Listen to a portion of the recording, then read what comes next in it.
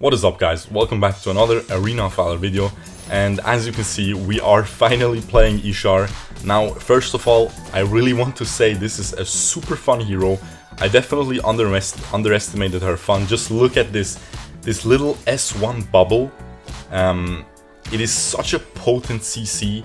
Like, look how much we chunked him out level 1 already. Anyway, so she got buffed last patch. She got much stronger. Because if you guys didn't read the patch, not a lot of people read the patch, and if you guys didn't, basically her little guy did a damage according to enemies' max HP plus some AP stuff damage, and basically that percent max HP damage, it didn't used to scale with AP, but now it also scales with AP. So I think every like a couple hundred AP you get 1% more on that, and I'm not sure on the exact scaling, but I know it didn't have any scaling, and now basically the more AP you have, the more percentage damage you will deal as well, which is of course ridiculous, a huge buff, right? I mean, she really needed it. She was absolute garbage, to be fair, and as you can see now, you can really abuse this little pet. It is so strong early game. Just look at this. The only complaint, I mean, I'll talk about the complaints later. Let's just check out what I'm doing in the early game with this hero. I am trying to play as aggressive as possible. I play her mid lane, and a lot of people play her support, and I have to say that might be her place, but her AP ratios got buffed, right?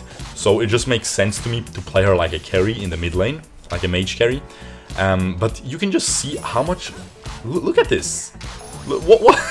He has to flicker because of my little bear thing. Like, what is this even? Shurko's furball, by the way. Furball destroying enemies. And the S2 is, I like the S2 so much. It basically makes your little guy run back to you, and whoever is around you in a very like a very big AoE, to be honest, gets knocked up, right? So this is so nice to get away from these annoying assassins, and there's a lot of really annoying assassins like Raz and stuff. Look at this. Look how much health he loses just from my little guy jumping on him.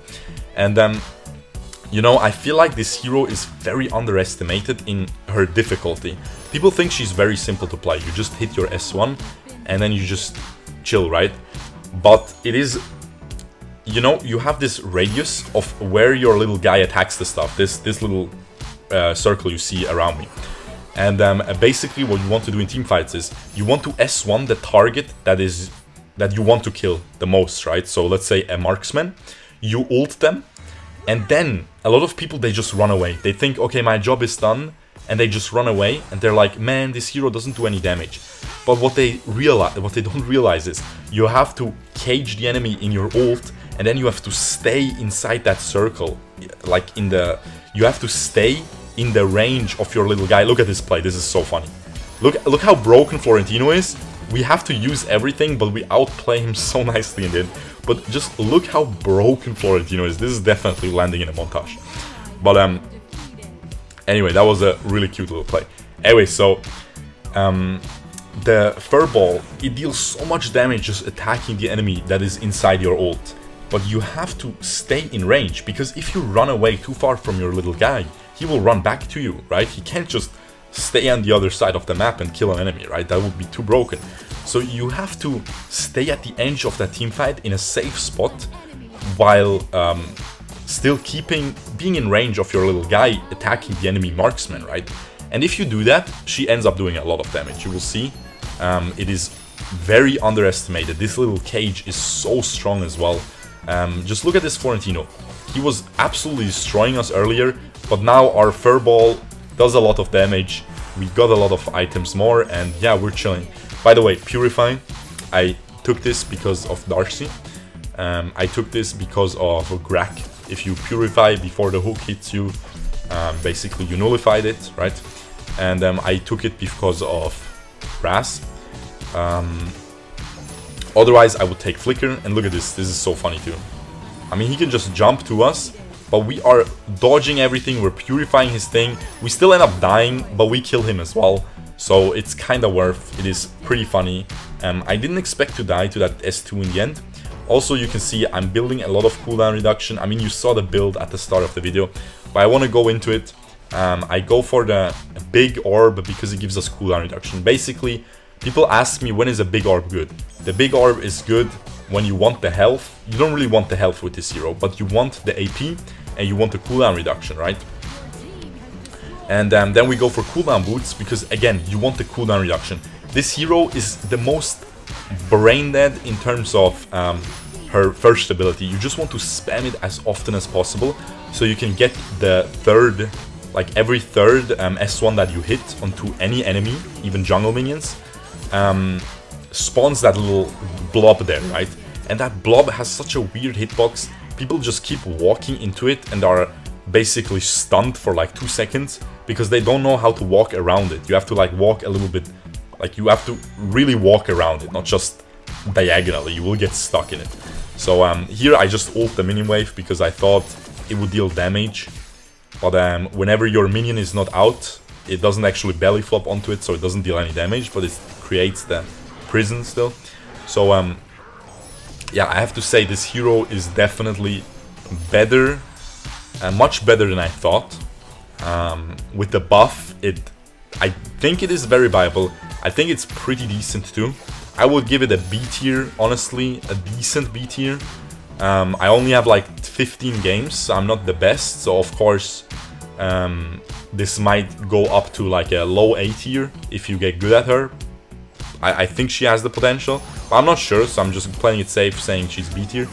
But yeah, the only complaint I have so far, and this is probably the hardest thing, is to manage her little minion, because you don't want it to die. Because as soon as it dies, it has a 15-second cooldown or even longer. Look at this.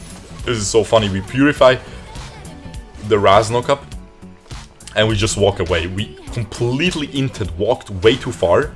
We purify the Raz knockup and we just walk away. And while we're walking away, our little minion just kills the Darcy. I didn't even notice what was happening. We just ended up... I literally walked into everyone, didn't end up dying, and we just get the Raz kill, the kill onto Darcy. Absolutely hilarious. I don't know why I'm trying to skip. But yeah, you can also jungle really well. Not actually jungle, I think. I don't think she's actually a jungler. But yeah, you should always charge up your S1, right? You want to create that little bubble. So for team fights, you should always look what I'm doing. I'm using the S1, I'm using another one, and now I won't use the third one. Because, I mean, the minion died, but even if the minion didn't die, I wouldn't use the third one. Because the third one turns purple and it spawns the little bubble. And yeah, we don't want to waste it. I think it expires after some time, but it is a very long time, you see. It's been like 20 seconds and it's still up. Now we use it because I feel like it will expire. And now I will use another one. And there we go. We have the bubble charged up for the team fight. And this is already a beautiful team fight, right? I use S2 to gap close. We use this, we use the ult, and he can't escape. It is ridiculous. This is, again, this is similar to Ignis. This is a supportive mid laner. You're not gonna carry games solo with this hero, although we are doing a pretty good job so far at that. But yeah, I go for the boomstick because I want to get a lot of AP. But honestly, you could go Hecate second. But the boomstick is pretty decent because you do spam your S1 a lot and it adds more wave clear as well. I feel like her wave clear is lacking. Her little minion does a good job at killing minions, but it only kills like a single minion at a time. Here I'm just trying to play very safe. Again, we catch the Darcy, right? And he pretty much ended up dying to us. Look, you don't even notice. I didn't even notice it. This game was yesterday. Look, I ulted the Darcy. It's out of my screen. And my minion just killed him. Ultimate. See? I killed the Darcy. I didn't even notice. I ult Darcy and I just walk away. And my minion walks back to me and killed everyone. This is literally the funniest hero ever. Like, it's truly enjoying this hero. Anyway, so definitely think she's pretty decent too. I'm not sure. The thing is, with mid lane right now, there's not a lot of good heroes. There's Raz, which is so much above every other mage. It's so broken right now. Then we have Tulen, which is decent. For solo queue, Tulen is always good. Then we have what? We have Ignis. We don't have too many mages that are like super good. Liliana is decent, but she's pretty bad early game. She doesn't have that much pressure early game. So for team play she's good because you can get her to late game and then she's broken. But for early game, with solo queue, you want to play early game heroes so you can carry for ranked, right? It's the easiest way to carry. So I feel like Ishar just does a better job than Liliana right now because she's also a long range mage. They do similar things, but Ishar is basically 2 heroes level 1, right? It is very underestimated. Then we also have maybe Sephara. She's more of a support. Really nerfed her magic damage a lot lately, or like a couple patches ago, so she's not really too useful in the mid lane anymore. I mean, she's still useful, but I feel like you have to go Frost Cape, but I will test that out. And yeah, I have to say, like, this is after Raz, there's just not too many mages right now. There's Tulin. That's why I always say I feel like Malok mid lane is so strong. Varus mid lane is absolutely broken still. Like, look at this. He can't do anything. We just throw the little bubble at him and he just ends up dying chasing us. I still have the Purify ready, so even if he would try to knock me up, I could just Purify and dodge his S2. And yeah, it is... if you play this hero very safe, if you get some early farm, you don't even need kills, maybe some assists, right? You end up doing quite a bit of damage late game, I have to say. And yeah, look at this. The CC, it is truly very supportive mid laner, just focused around her CC a lot. You know, initially I thought her ult would be like Omen ult, where you really can't flicker out and stuff, but that would be so broken. That would be the most broken hero in the game. So I'm very glad it isn't that. Let's see if we can get to our 29% damage. We got the MVP. Not too shabby. It is, as I said, it is a supportive mid lane.